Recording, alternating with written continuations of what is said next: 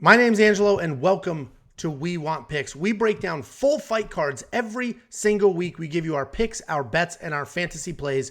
Make sure you like and subscribe so you don't miss any of our content. And this is brought to you by Earn You. Earn You is the world's first sports and esports prediction game, allowing you to earn crypto risk-free. Check it out now at earnu.com. And ODDSJAM. ODDSJAM has the fastest real-time data integrations to spot discrepancies between different sportsbooks and helping users place risk-free bets. Check them out at oddsjam.com.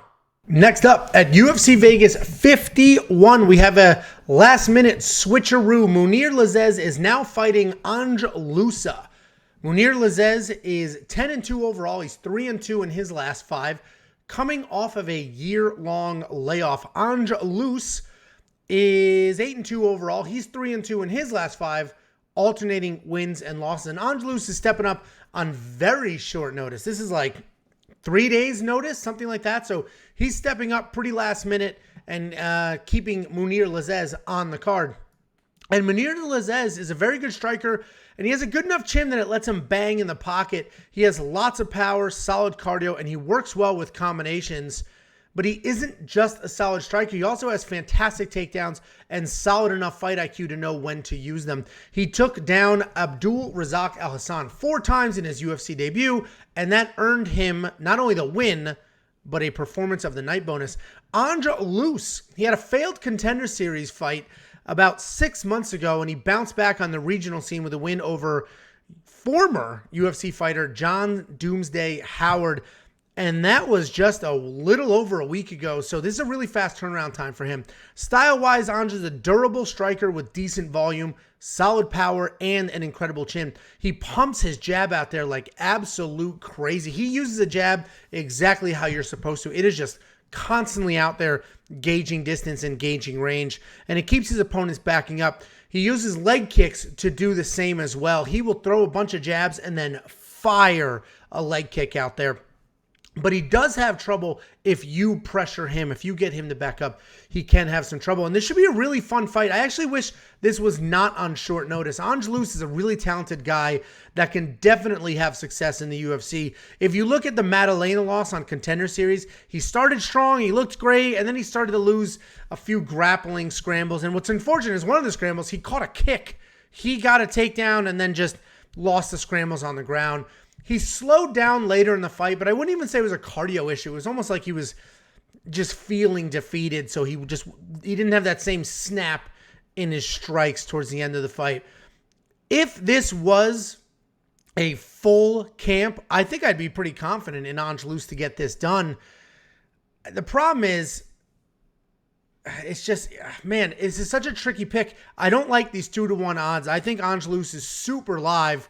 But Mounir Lazzez is good, and he's got some grappling. He has some solid striking as well. So I am going to go with Mounir Lazzez to win this fight, but Ange Loosa is pretty live. If you watch his fights, even outside of the Contender Series, he's got solid cardio. He can get takedowns. He's got a chin. He's durable. He pumps the jab out there. He's fast, and he's not low volume. He has legitimate volume, where at times Mounir Lazzez could actually be the low volume fighter. So I do like Mounir Lazzez to win. The reality is it's very short notice. I understand that Ange Loosa just fought a week and a half ago, but I know fighters. I've managed fighters for a very long time. I would say that period immediately after the fight is actually the worst because they're not hopping right back into a training camp. They just want to fight, and in his case, a decision. So he just fought a 15-minute fight. Definitely threw back some beers, had some food, was just enjoying the time off for however long, and then he got a call from the UFC and then just hopped right into weight cut mode. Where if you take a fight 3 weeks later, all right, you got your week and a half out of the way of just eating Doritos and living your life, then you just start to get back into your routine. So it is immediately after a fight, so luckily he had that camp, he had that cardio working for him. Then 4, 5, 6 days, 7 days of just absolute trash eating and drinking, and then right into weight cut. So, the reality is Lazzez is very talented. Ange Loosa is very talented. The short notice does matter. And I do think Lazzez's grappling can be the difference here, because we did see Ange Loosa get out-grappled by Jack Maddalena, and that's how he lost that fight. So the pick is Lazzez. When we talk about DraftKings, though, I don't think he's an $8,800 pick. I don't love him at almost $9,000, because if I'm spending $8,800, I want to finish. And Ange Loosa is a very durable guy. I don't think he's going to get finished here. I think he just gets outworked, out-grappled, and loses that way. But for $7,400, depending what your lineup looks like and your budget, Ange Loosa might be, he might be worth a couple of bucks.